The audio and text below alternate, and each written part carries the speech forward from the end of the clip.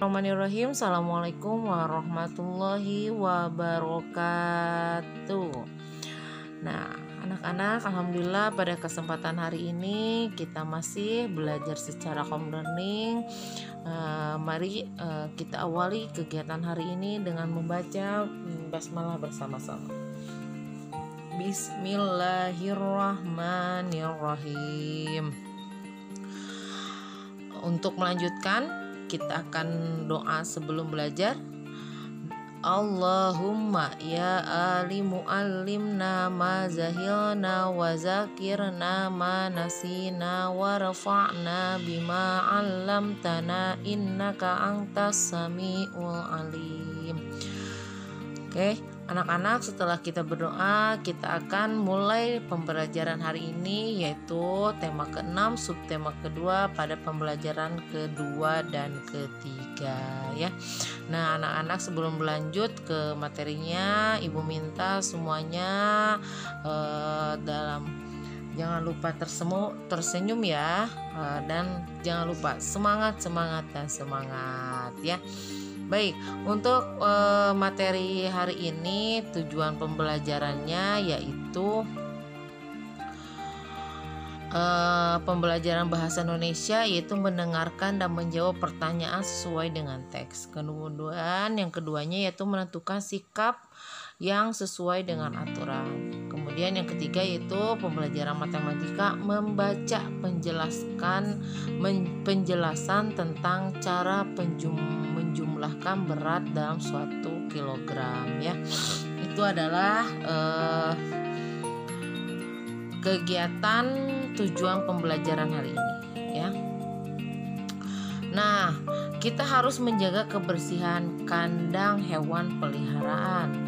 Jika kandang bersih, hewan peliharaan menjadi sehat. Selain itu, orang-orang akan merasa nyaman ketika berada di sekitar kandang hewan peliharaan ya. Jadi misalkan kalau kita mempunyai hewan peliharaan yang tempatnya bersih, kemudian hewannya juga bersih, nah kita juga senang melihatnya dan senang juga untuk memeliharanya ya. Nah, berarti kita harus senantiasa menjaga kebersihan kandang hewan peliharaan ya. Nah, anak-anak, di sini ada Pak Sandi, adalah tetangga Yoga. Pak Sandi peternak yang malas. Ayam-ayam peternak Pak Sandi tampak kurus. Kandang ayam pun tampak kotor dan tak terurus. Ayam-ayam tampak lemah, makanan yang disediakan tidak dimakan.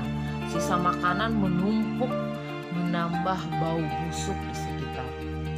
Akhirnya peternak ayam Pak Sandi sakit. Satu persatu ayam pun mati. Pak Sandi merugi akibat ternak ayamnya banyak yang mati. Nah, Pak Sandi hanya bisa menyesali kesalahannya. Pak Sandi malas merawat peternakannya. Nah, di sini adalah contoh teks yang mana jika kita malas untuk memelihara kandang. Nah, kalau misalkan kita malas untuk memelihara kandang, nah hewan peliharaan kita akan kurus atau tampak lemah. Kemudian tempatnya pun menambah bau busuk. Nah, di sini yang tadi disarankan ketika teks yang di atas bahwasanya kita harus senantiasa menjaga atau merawat kandang peliharaan kita agar senantiasa tetap bersih dan hewannya pun sehat ya. Nah, di sini juga ada kelinci Payoga yang sehat. Nah, setiap hari Rabu dan Minggu kelinci diberi vitamin. Kelinci Yoga bergerak ke sana kemari. Saat makan, kepalanya bergerak-gerak. Yoga senang melihat gerakan kelinci. Bagi Yoga, gerakan kelinci sangat terlihat lucu. Nah, kelinci bergerak menggunakan kaki. Kaki kelinci ada 4. 2 kaki bagian depan lebih pendek dari 2 kaki bagian belakang. Kelinci bergerak dengan cara melompat. Nah, di sini kalau dari teks ini bahwa yoga itu setiap hari Rabu dan Minggu itu selalu memberikan vitamin buat kelinci biar kelincinya terlihat kelincinya terlihat sehat dan bugar ya. Nah, kemudian yoga juga menjelaskan bahwa kelinci itu kakinya ada 4. Nah, cara bergeraknya hewan kelinci itu dengan cara melompat, betul ya. Nah, anak-anak di situ tadi dari teks tadi sampai yang kelinci ini ada beberapa perbedaan sudah terlihat ya, bahwasanya kalau kita senantiasa menjaga dan merawat kandang kita, kandang pun akan tetap bersih, kemudian hewannya pun akan terpelihara dengan bersih pula. Beda halnya sebaliknya kalau misalkan hewannya kita tidak dijaga, hewan pun akan kurus dan bau di mana-mana ya. Nah, anak-anak di sini Ibu akan menjelaskan bagian-bagian tubuh hewan. Nah, Ibu akan mencontohkan salah satu dari hewan yaitu ikan ya. Nah, di sini Ibu akan menjelaskan satu persatu ya. Di sini ada ekor.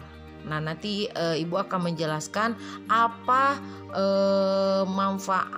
fungsi dari ekor. Kemudian ada perut, sirip perut. Kemudian ada sirip dada. Kemudian yang ini ada badannya. Kemudian ini matanya.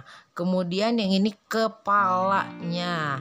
Kemudian ini adalah tutup insangnya. Insang yang mana, Bu? Ini yang merah ya.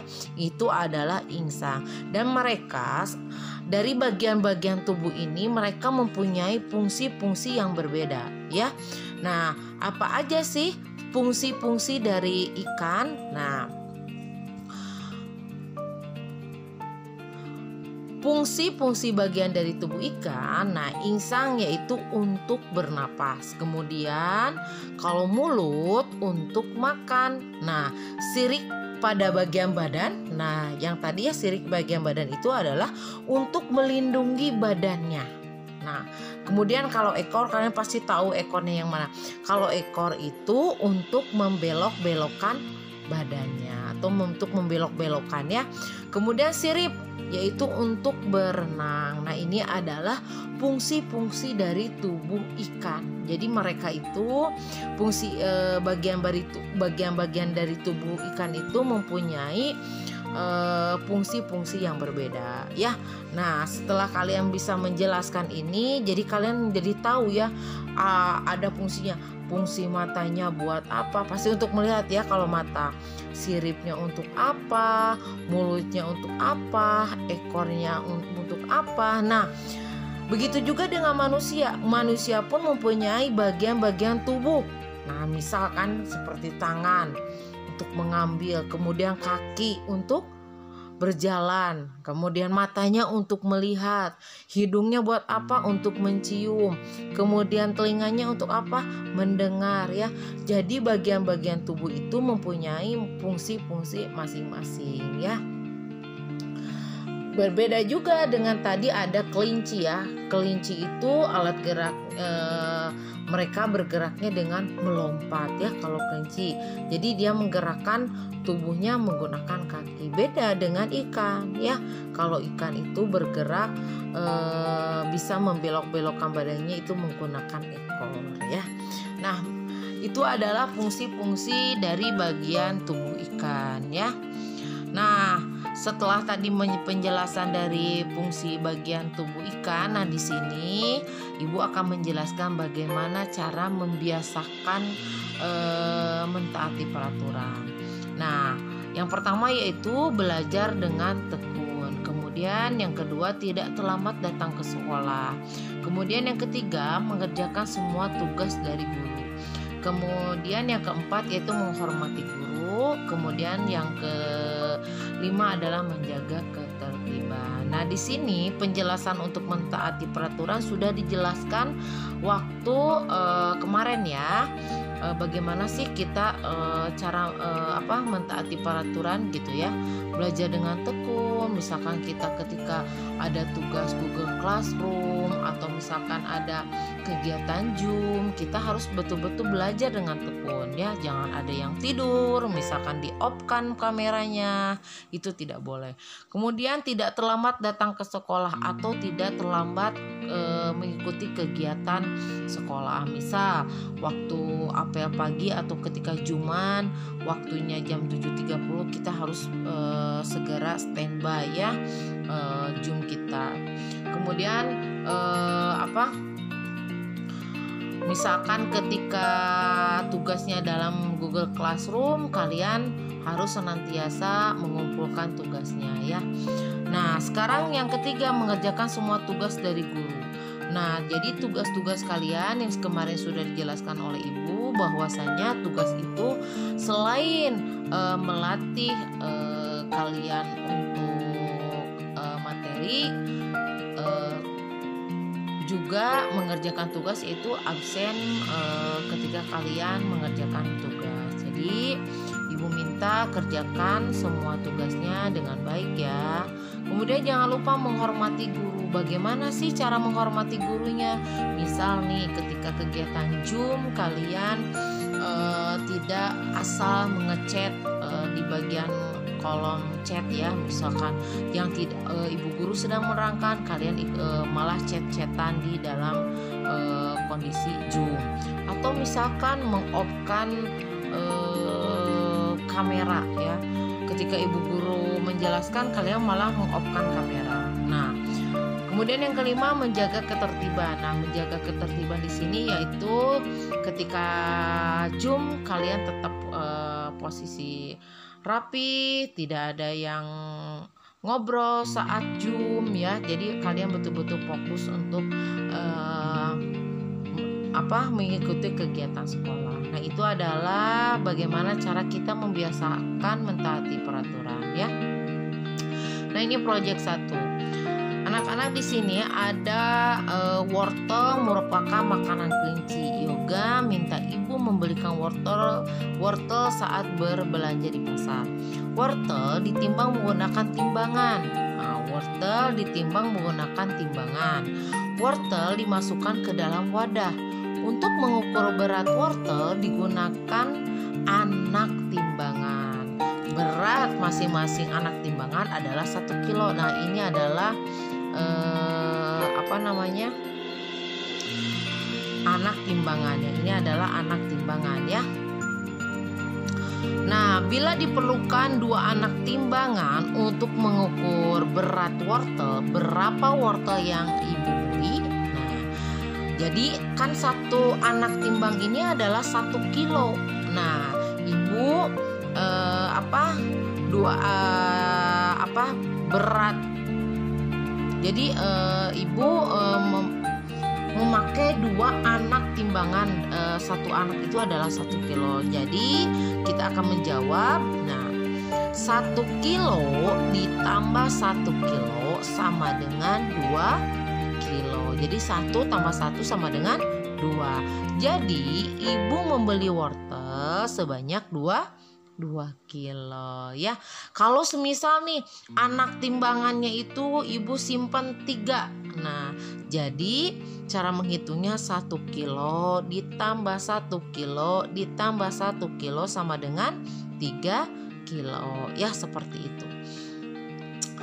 Baik anak-anak, kalau kalian sudah mengerti untuk pelajaran hari ini, ibu ucapkan banyak terima kasih sudah mendengarkan video ibu sampai selesai. Nah, untuk hari ini, untuk hari Jumat berkah, nah kalian tidak ada tugas ya.